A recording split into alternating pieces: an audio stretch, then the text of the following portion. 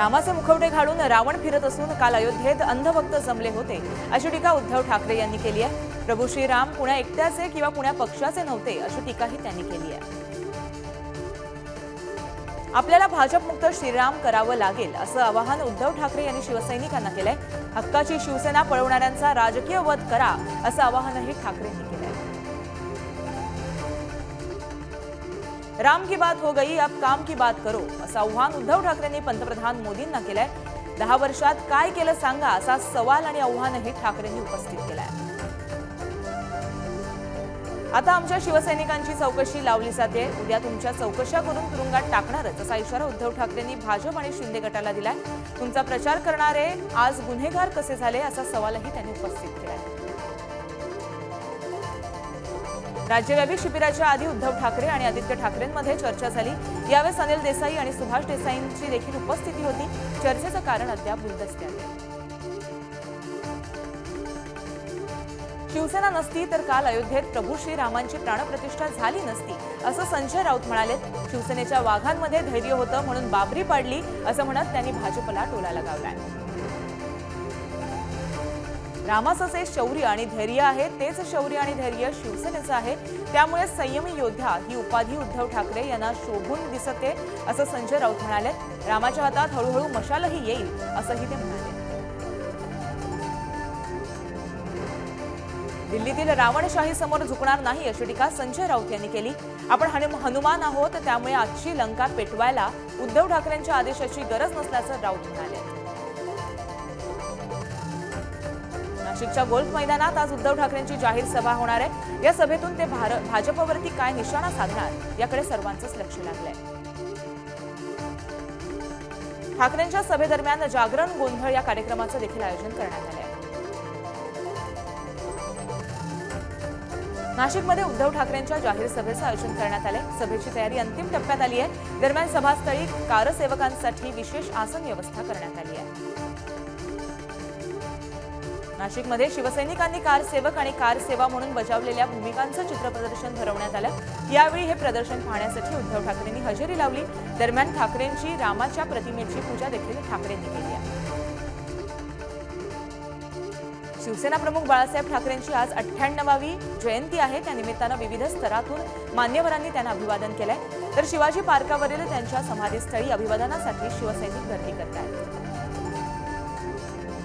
मुख्यमंत्री एकनाथ शिंदेंनी वर्षा बंगल्यावर बाळासाहेब ठाकरे आणि सुभाषचंद्र बोस यांच्या जयंतीनिमित्त अभिवादन केलं। यावेळी त्यांनी प्रतिमेला पुष्पहार अर्पण करून आदरांजली वाहिली। बाळासाहेब ठाकरे आणि नेताजी सुभाषचंद्र बोस यांच्या जयंतीनिमित्त अजित पवारांनी अभिवादन केलंय। यावेळी मंत्री दादा भुसे, आमदार दत्तामामा भरणे आदींसह मंत्रालयातील अधिकारी आणि कर्मचारी उपस्थित होते। शिवसेना प्रमुख बाळासाहेब ठाकरे यांच्या जयंतीनिमित्त पंतप्रधान मोदींनी अभिवादन केलं। बाळासाहेब ठाकरे उत्तुंग व्यक्तिमत्व होते, ज्यांचा महाराष्ट्राच्या राजकीय आणि सांस्कृतिक पटलावर प्रभाव अतुलनीय आहे असं मोदी म्हणाले। बारामती अॅग्रोतील कथित गैरव्यवहाराप्रकरणी ईडीनं रोहित पवारांना समन्स बजावले। आमदार रोहित पवारांना उद्या ईडीनं चौकशीला हजर राहण्यासाठी समन्स बजावले। यापूर्वी जसं सहकार्य केलं तसं सहकार्य आताही करणार असल्याची प्रतिक्रिया रोहित पवारांनी दिली आहे। यंत्रणांवर सरकारचा प्रचंड दबाव आहे, याच दबावाखाली आपल्यावर ईडीनं काही चुकीची कारवाई केली तर कुणीही घाबरू नये असं सुद्धा ते म्हणाले। माजी महापौर किशोरी पेडणेकर यांना 14 तारखेपर्यंत हायकोर्टानं दिलासा दिलाय। कथित कोविड बॉडी बॅग प्रकरणी 14 फेब्रुवारीपर्यंत कोणतीही चौकशी न करण्याच्या सूचना हायकोर्टानं दिल्या आहेत।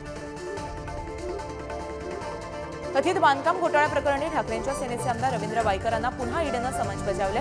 आज चौकशीला हजर राहण्याचे निर्देश देखील देण्यात आले। वायकरांना मुदतवाढ देण्यास ईडीनं नकार दिलाय। मागासवर्ग आयोगातर्फे आजपासून युद्ध पातळीवरती सर्वेक्षण सुरू होणार आहे। मराठा समाजाचं सामाजिक आणि आर्थिक शैक्षणिक मागासलेपण तपासण्यासाठी सर्वेक्षण होणार आहे। मुख्यमंत्री शिंदेंनी अधिकाऱ्यांना अचूक सर्वेक्षणाचे आदेश दिले। आजपासून सर्वेक्षणाला सुरुवात होणार असली तरी प्रत्यक्ष सर्वेक्षण 27 जानेवारीपासून सुरू होण्याची शक्यता असल्याचं बबनराव तायवाडे म्हणाले। 5 दिवसात संपूर्ण महाराष्ट्रात घरोघरी जाऊन सर्वेक्षण शक्य आहे का असा सवालही त्यांनी उपस्थित केला आहे। राज्य सरकारला आरक्षण देण्याचा अधिकार आहे असं विरोधी पक्षात असताना फडणवीस म्हणत होते. मग आता सत्तेत असताना मराठा समाजाला आरक्षण का नाही असा सवाल नाना पटोलेंनी केलाय. सरकारला आरक्षण द्यायचंच नाही असा आरोपही यावेळी त्यांनी उपस्थित केला. मनोज जरांगेंच्या पायदिंडीचा आज चौथा दिवस आहे. जरांगे आज पुणे जिल्ह्यात प्रवेश करणार आहेत. जरांगेंचा आजचा मुक्काम पुणे जिल्ह्यातील वाघोलीत असणार आहे. मनोज जरांगे यांच्या मोर्चाच्या मार्गावर पुणे पोलिसांकडून कडक बंदोबस्त तैनात करण्यात येणार आहे. 1000 पोलीस कर्मचारी, राज्य राखीव पोलीस दलाच्या 2 तुकड्या, दंगल नियंत्रक पक्ष, गृहरक्षक दलाचे 800 जवान तैनात राहणार आहेत. मनोज जरांगेंचा मोर्चा आज पुण्यात दाखल होणार आहे. रांजणगाव, कोरेगाव, भीमा मार्गे, खराडी, वाघोली परिसरामध्ये त्यांचा मुक्काम असेल. त्यासाठी नगर रस्त्यावरील वाहतूक व्यवस्थेत बदल देखील करण्यात आले. मराठा आरक्षणाच्या क्युरेटिव्ह पिटिशनवर उद्या सर्वोच्च न्यायालयात फैसला होणार आहे. आरक्षणावर सुनावणी घ्यायची की नाही यावर निर्णय घेण्यात येणार आहे. 13 ऑक्टोबरला क्युरेटिव्ह पिटिशन दाखल करण्यात आले होते. कुणबी प्रमाणपत्र देण्यासाठी आवश्यक असलेल्या वंशावळी शोधण्यावर राज्य सरकार महत्त्वाचा निर्णय घेणार आहे. वंशावळीचे दस्तावेज छाननी करण्यासाठी शासनाकडून वेगळी समिती स्थापन करण्यात येणार आहे. राष्ट्रवादी आमदार अपात्रतेसंदर्भात आज सुनावणी होणार आहे. शरद पवार गटाच्या 4 तर अजित पवारांच्या 2 आमदारांची उलट तपासणी होईल. नार्वेकरांच्या नवीन वेळापत्रकानुसार निकालासाठी फेब्रुवारी उजाडण्याची शक्यता आहे. राष्ट्रवादी आमदार अपात्रता सुनावणीसाठी विधिमंडळ 10 दिवसांची मुदतवाढ मागण्याची शक्यता आहे. विधिमंडळाकडून सर्वोच्च न्यायालयात मुदतवाढीसाठी लवकरच अर्जाची शक्यता आहे. शरद पवारांचा हुकुमशहा उल्लेख केल्याप्रकरणी शरद पवार गटानं सुनील तटकरेंवर निशाणा साधलाय. ज्यांनी पक्षात घेतलं, बहुमत नसताना पद दिलं, तुमच्यावरील आरोपांची पर्वा न करता साथ दिली, ते तुमच्यासाठी हुकुमशहा झाले कसे असा सवाल उपस्थित केला आहे. पुण्यात आज काँग्रेसची विभागीय बैठक पार पडणार आहे. महाराष्ट्र प्रदेश काँग्रेस कमिटीच्या पश्चिम विभागातील सर्व जिल्हा कमिटी यांची बैठक होणार आहे. मंडल कमिटी, बूथ कमिटी, लोकसभा निवडणूक यावर चर्चा होणार आहे.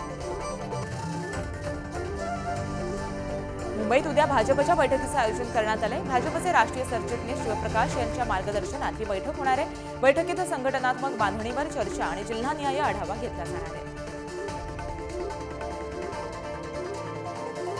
मुंबईतील दादरमध्ये भाजपच्या घर चलो अभियान बैठकीला सुरुवात झाली आहे. चंद्रशेखर बावनकुळे, आशिष शेलार, मंगर प्रभात लोढा, प्रवीण दरेकरांच्या उपस्थितीत बैठक सुरू झाली आहे.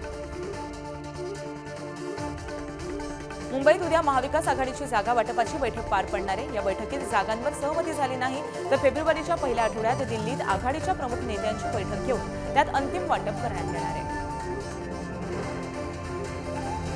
मुंबईत अखिल भारतीय पीठासीन अधिकारी परिषदेचं 27 आणि 29 जानेवारी दरम्यान आयोजन करण्यात येणार आहे. परिषदेच्या तयारीसाठी विधानसभा अध्यक्ष राहुल नार्वेकरांच्या अध्यक्षतेखाली बैठक संपन्न झाली. बैठकीत मुख्यमंत्री शिंदेही उपस्थित होते. लोकसभा निवडणुकीआधी उत्तर महाराष्ट्रात काँग्रेसला मोठा धक्का बसणार आहे. पक्षविरोधी कारवायांचा ठपका देत निलंबित काँग्रेस माजी खासदार उल्हास पाटील भाजपमध्ये जाण्याची चर्चा आहे. त्यांच्यासोबत मुलगी डॉक्टर केतकी पाटील भाजपमध्ये जाण्याची शक्यता वर्तवली जाते. कुणालाही अपेक्षित नसतील असे मोठे राजकीय भूकंप पुन्हा महाराष्ट्रभर होणार असं मोठं विधान मंत्री गिरीश महाजन यांनी केलंय. काँग्रेसच्या उल्हास पाटील यांच्या निलंबनानंतर त्यांनी हे सूचक विधान केलंय. अयोध्येत आजपासून राम मंदिर दर्शनासाठी खुलं करण्यात आलंय. मात्र पहिल्याच दिवशी राम भक्तांनी एकच गर्दी केल्यानं गोंधळ उडाला.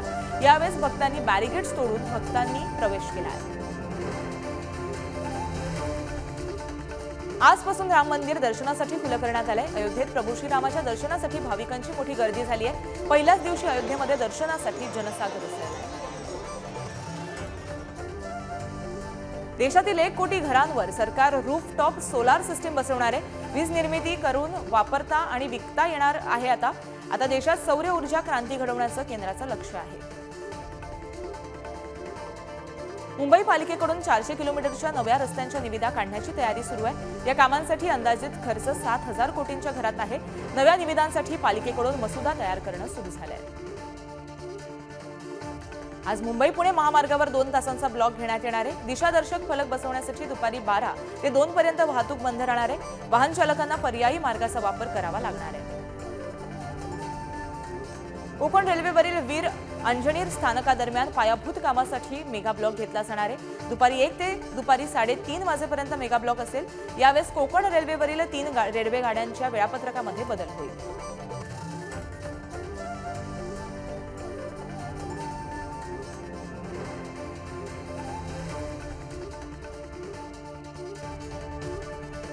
मोठा गाजावाजा करत सुरू करण्यात आलेला सुरत डायमंड बोर्सचा फुगा फुटलाय। सोयी सुविधांच्या अभावामुळे हिरे व्यापाऱ्यांचं उत्पन्न घटलंय, त्यामुळे अनेक मोठे व्यापारी मुंबईमध्ये परतणार आहेत। नागपूरच्या व्हेरायटी चौकात विविध मागण्यांसाठी अंगणवाडी सेविकांनी आंदोलन केलं। यावेळेस पोलिसांनी आंदोलक अंगणवाडी सेविकांना ताब्यात घेतलं। नागपूरमध्ये विविध मागण्यांसाठी अंगणवाडी सेविका आक्रमक झाल्या। यावेळेस आंदोलकांनी बसेस रोखून धरल्यानं बर्डीत वाहतुकीचा मोठा खोळंबा निर्माण झाला होता। यावेळेस वाहनधारकांना अडचणीचा सामना करावा लागतोय। पिंपरी चिंचवडच्या वाल्हेकरवाडी येथील लाकडाच्या वखारीला भीषण अशी आग लागली आहे। या आगीत दोघांचा होरपळून मृत्यू झाला आहे। मुंबई मॅरेथॉनमध्ये स्पर्धकांसाठी आणलेल्या 2200 पदकांची कामगारांची चोरी केल्याची घटना मुंबई मॅरेथॉन दरम्यान घडली आहे। या प्रकरणी आझाद मैदान पोलिसांनी गुन्हा नोंदवत 6 जणांना अटक केली। आरोपींकडून 620 पदकं जप्त करण्यात आली आहेत। प्रजासत्ताक दिनानिमित्त दिल्लीत पार पडणाऱ्या सोहळ्यासाठी राज्यातील 10 प्रगतशील शेतकऱ्यांना निमंत्रण धाडण्यात आले। यामध्ये बुलढाण्याच्या येरुखेड येथील अमोल फुणकर या शेतकऱ्याला सपत्नीक निमंत्रण करण्यात आले। मुंबईत मराठा आरक्षणासाठी खुल्या प्रवर्गातील नागरिकांचं आजपासून पुढील 3 दिवस सर्वेक्षण करण्यात येणार आहे। यासाठी मुंबई महानगरपालिकेच्या 6000 पेक्षा अधिक अधिकाऱ्यांची नियुक्ती करण्यात आली आहे, तर शिक्षण विभागातील 3500 कर्मचारी सर्वेक्षण करणार आहेत। मराठा समाज आणि खुल्या प्रवर्गातील नागरिकांच्या सर्वेक्षणासाठी जालना जिल्हा प्रशासन सज्ज झाले। सर्वेक्षणासाठी घरी येणाऱ्यांसाठी नागरिकांनी आवश्यक माहिती देऊन सहकार्य करण्याचं आवाहन जिल्हाधिकाऱ्यांनी केलं आहे। वाशिम जिल्ह्यात मराठा आरक्षणासाठी राज्य मागासवर्ग आयोगाकडून सर्वेक्षण करण्यात येणार आहे। यासाठी जिल्ह्यातील गावागावामध्ये दवंडी देऊन सहकार्य करण्याचं आवाहन करण्यात आलंय। सर्वेक्षणाचं काम 23 ते 31 जानेवारीपर्यंत पूर्ण करण्यात येणार आहे। उत्तर भारतात 26 जानेवारीपर्यंत थंडीचा कहर तसाच राहण्याचा अंदाज हवामान विभागानं वर्तवलाय, तर विदर्भात आज हलक्या पावसाचा अंदाज वर्तवण्यात आलाय। ज्या क्षणाची वाट दुष्काळी माण तालुका आतुरतेने पाहत होता, तो क्षण काल राम मंदिर प्राणप्रतिष्ठापनेच्या दिवशी पूर्ण झाला। आमदार जयकुमार गोरेंच्या प्रयत्नांमुळे जिहे कटापूरचे पाणी माण तालुक्यातील आंधवी धरणामध्ये पोहोचलं। यामुळे माण तालुक्यातील 32 गावांचा पाण्याचा प्रश्न सुटला आहे। पुणे जिल्ह्यातील मागील 2 दिवसापासून सकाळी धुक्याचं प्रमाण वाढलं होतं। गुलाबी थंडी, दाट धुकं असं मनमोहक वातावरण नागरिकांनी आज अनुभवलं। धुकं वाढत असल्यामुळे रब्बी पिकांना फटका बसण्याची शक्यता आहे। कोल्हापूरच्या उत्तूरमध्ये बैलगाडा शर्यतीचं आयोजन करण्यात आलं होतं, मात्र ही शर्यत बेकायदेशीर असल्याचा आरोप करत 25 जणांवर गुन्हा दाखल करण्यात आला आहे। सोलापुरात लाचलुचपत विभागानं सिने स्टाईल छापेमारी केली। 7000ची लाच घेणाऱ्या ग्रामसेवकासह एका शिपायाला अटक करण्यात आली। हिंगोली जिल्ह्यात सोशल मीडियाच्या माध्यमातून आक्षेपार्ह पोस्ट टाकणाऱ्या 5 जणांना नोटीस बजावण्यात आली। 2 समाजामध्ये तेढ निर्माण करणारी पोस्ट टाकल्यानं सायबर सेलनं ही कारवाई केली आहे। कामाच्या ठिकाणी महिलांचा लैंगिक छळ रोखण्यासाठी जालन्यात उपाययोजना राबवण्यात येत आहेत। ज्या कंपन्यांनी तक्रार समितीची स्थापना करून अधिनियमाच्या समितीचा फलक दर्शनी भागात लावला नसेल, त्यांना तो लावण्याचे आदेश देण्यात आले। जालन्यात उद्या महिलांसाठी विशेष रोजगार मेळाव्याचं आयोजन करण्यात आलं। या मेळाव्याला नोकरी इच्छुक महिला उमेदवारांनी रोजगार मेळाव्यात सहभागी व्हावं असं आवाहन प्रशासनानं केलं आहे।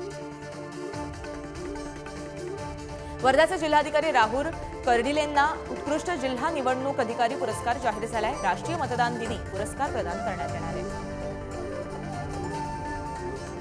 रामलल्ला प्राण प्रतिष्ठापनेच्या निमित्तानं वन बुलढाणा मिशनच्या वतीनं श्रीराम वंदना यात्रा काढण्यात आली। सिंदखेड राजा ते शेगाव दरम्यान यात्रा काढण्यात आली। छत्रपती संभाजीनगरमध्ये शिंदेच्या शिवसेनेच्या वतीनं हिंदू जनजागरण महारॅलीचं आयोजन करण्यात आलं।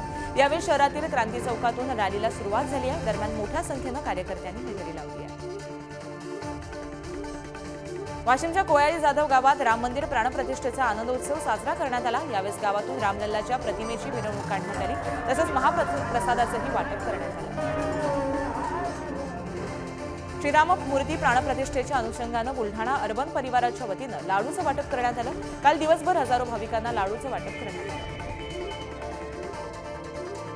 अयोध्येतील रामलल्लाच्या प्राणप्रतिष्ठेचा जालन्यात आनंदोत्सव साजरा करण्यात आला। शहरातील मुंडे चौकामध्ये श्रीकृष्णनगर मित्रमंडळाच्या वतीनं देवदेवतांच्या मूर्तीचे देखावे सादर करण्यात आले। गोंदिया शहरामध्ये राम मंदिर प्राणप्रतिष्ठापनेच्या निमित्तानं प्रभू श्रीरामाच्या महाआरतीचं आयोजन करण्यात आलं होतं। यावेळी महाआरतीत मोठ्या संख्येनं भाविकांनी सहभाग नोंदवला होता। दरम्यान भाविकांनी प्रभू श्रीरामाच्या गाण्यावरती ठेकाही धरला होता।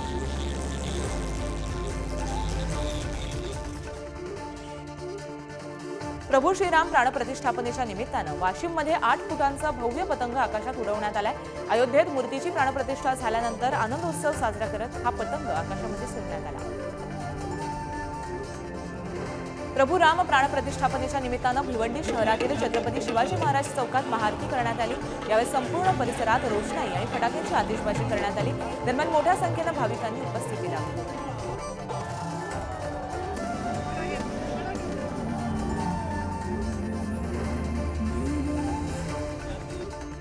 वर्ध्यात छत्रपती शिवाजी महाराजांच्या पुतळ्याजवळ आकर्षक फाउंटन तयार करण्यात आले।